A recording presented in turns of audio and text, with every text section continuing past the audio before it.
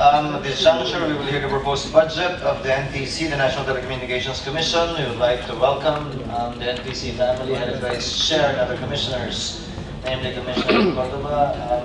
Good morning, sir. You have the presentation. You may proceed. Good morning, Mr. Chairman. Tama ba yung spelling ng Martinez mo? S talaga? Hindi, di ba? Oh, hindi yan ang alam kong spelling ng apelido ng nanay at tatay mo eh.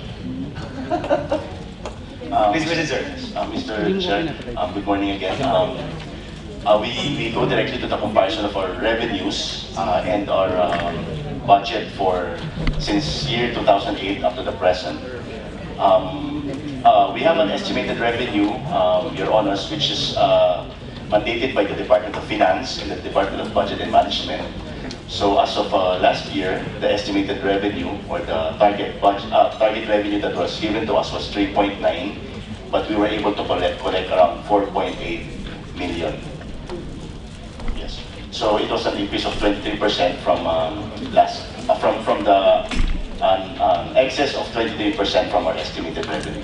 So the DBM and the DOF again increased our target revenue for 2013 from 3.9 to 5.2, and as of now we're at 2.5. So kulang pa po kami ng 52%, but majority of our income comes in last week of September, sir, because that's the last date for the payment of the spectrum users fee and SRF po yung supervisory regulatory fees. Next slide, please. So ito po ang distribution of our income that we have collected. The biggest part there would be the spectrum users fees and the supervision and regulatory fees, which is around almost 80% of our collection. Next slide, please. And this is our comparison of our appropriations and revenues from 2008 up to the present. So our budget for 2013 was 259, and the estimated revenue was 5.2 B. But for 2014, our appropriation would be lower than last year, but that's because of the rationalization plan, because we have many employees that have availed of the RAT plan, so the salaries and the other salary-related emoluments decrease. Tapos ang aming pong estimated revenue or target revenue is 5.8 billion.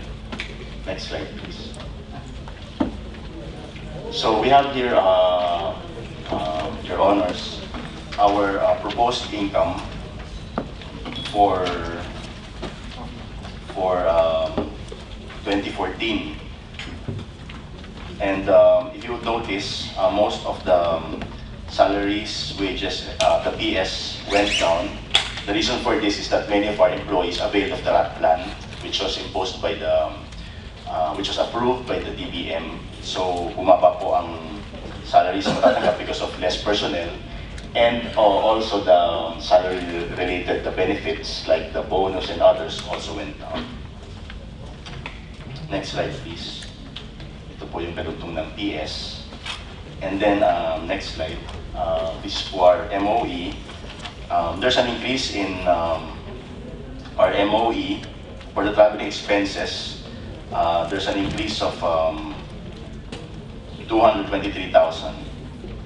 The reason for this is we have to attend international commitments, and also for our regional offices to be able to travel within the regions. So there's an additional funds for that. And yung pong telephone expenses, there's also an increase of 242,000. Hindi ba kayo libre pa doon? And then for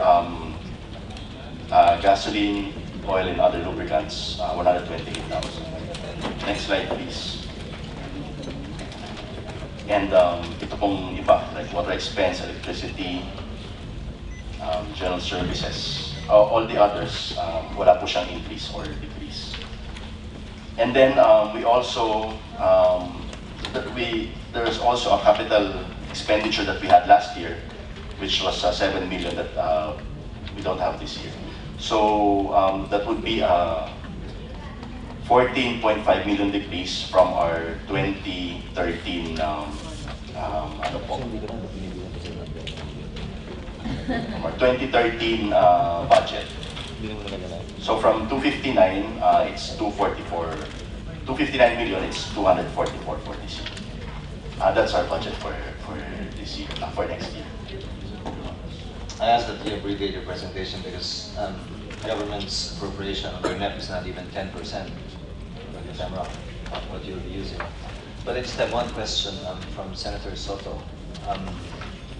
They filed a bill on cell card registration, especially for prepaid cards. The initial reaction was that it might be impossible, but his position is, which I agree with, is that kung kaya nga malaman ng cellphone company kung magkano eksakto yung load ng particular cell card, saan man sang parte ng Pilipinas, at kung kailan mag-expire yung load na kinarga niya, it will be easy to trace as well. Can you enlighten us on that? How difficult or how easy, feasible it is to register cell cards? Yes, sir. Actually, sir, we really support that bill because as we have noticed, yun po mga cell phones right now are being used for bombings, for kidnap, for ransom and other activities po. Yes, ma'am. And ano po, yun pong threats. So, yes. So ano po, we were really pushing for it. Actually, sir, Can it be done? I think so, sir. But yun pong, when we were in the lower house, we took it up with the ICT committee. They just have one question, which is what ID will be used. So they were saying, baka po, there's a threshold legislation muna na matapos, which is yun pong national ID system. But medyo, actually, sir, ang proposal po namin, if hindi po wala pong na ID that can be used by a person, for example, those who stay in remote places, maybe a letter or a certification from the barangay captain, which will be issued by the barangay captain and will be shown to the Actually, for that matter, for example, the idea and proposal we had actually was synchronize without need of a law the standard operating procedures for the issuance of government IDs, whether it's a passport, driver's license, SSS, GSIS, PhilHealth, Pag-ibig. Basta synchronized at may SOPs yung pag-issue ng ID at requirements ng pag-produce ng documents. As long as you present any of the government-issued IDs, you don't even need to have a single one. That's valid to establish your identity. In fact, if they built into their system pa yung issuance ng ID ng SOPs, yung may protocols din na susundin. May database din sila. Even the presentation of a student ID issued by a state university and college, which is government, should be valid and should be sufficient also to establish the identity of a person without need of the Filipino falling in line all over again, paying all over again, and securing another ID na wala naman siyang pakinabang. The key there is what's in it for the person obtaining the ID. There must be something in it for him or her. So kung pag-ibig siya, may benepisyo. SSS same, GSIS same, driver's license same, passport same, ID, school ID same.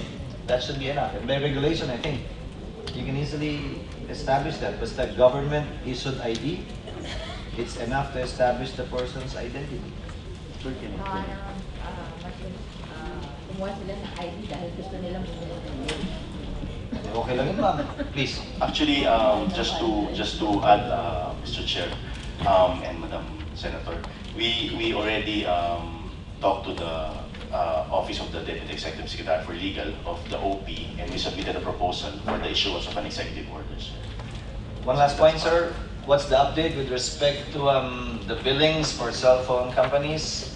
Down to the last second na ba tayo o rounded off pa rin tayo? Actually, sir, right now, we already issued a decision. We already issued a memorandum circular that it has to be by per 6-second pulse. But what they did is Telcos brought it to court. We already won in the Court of Appeal, so the matter is pending now before the So per minute pa rin sila? per minute po, sir. But present technology, Can't you do it down to the last second? I think so, sir. Ano lang po, they just brought it to the Supreme Court. They're Kaya just po. nitpicking and want to earn Yes. more. But the present technology right now, as you know, they can actually bill us per second, right? Yes. Without rounding it up to the nearest minute. Yes, sir. Not even the nearest 6 seconds, but Yes, sir. per second. Per second. But ano po, they brought it Spending to... before the courts. Yes, but I think, sir, I would think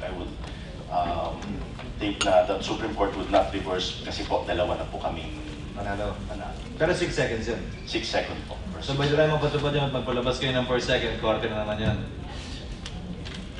Ma'am, any questions? I just want to know, in case we are being victims of black propaganda, whom do we call sa NTC? Yes, Trace? ma'am. Opo. No, yes. Actually po, Stop it. yes, actually, ang malaking bagay po nung kung may SIM card registration sana. But since we don't have, as of the moment, what we can do is, kapag ka po tinawag sa amin, tinawag po sa ating Secretary Coloma po yun po sa office niyo. So what Wala pa rin nangyari. we ano po, yung pong per SIM card, we block it. But they, Yung card they iba just black buy, ma'am, pero bibili lang ng they bago. just buy new SIM cards po. So we block and block. So we cannot do anything. Ma'am, meron. Bear it and grin.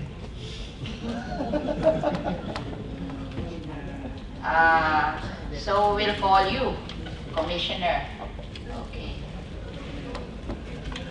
Thank you, ma'am. There being no further questions, Chair hereby orders that the proposed budget of the NDC, which is not even 10% of whatever it is that will be spending next year, be endorsed and submitted to plenary. Favorably recommends the approval of the same. Congratulations and good morning, Lil and the NDC family. Thank you for coming. Hearing is suspended. May be called on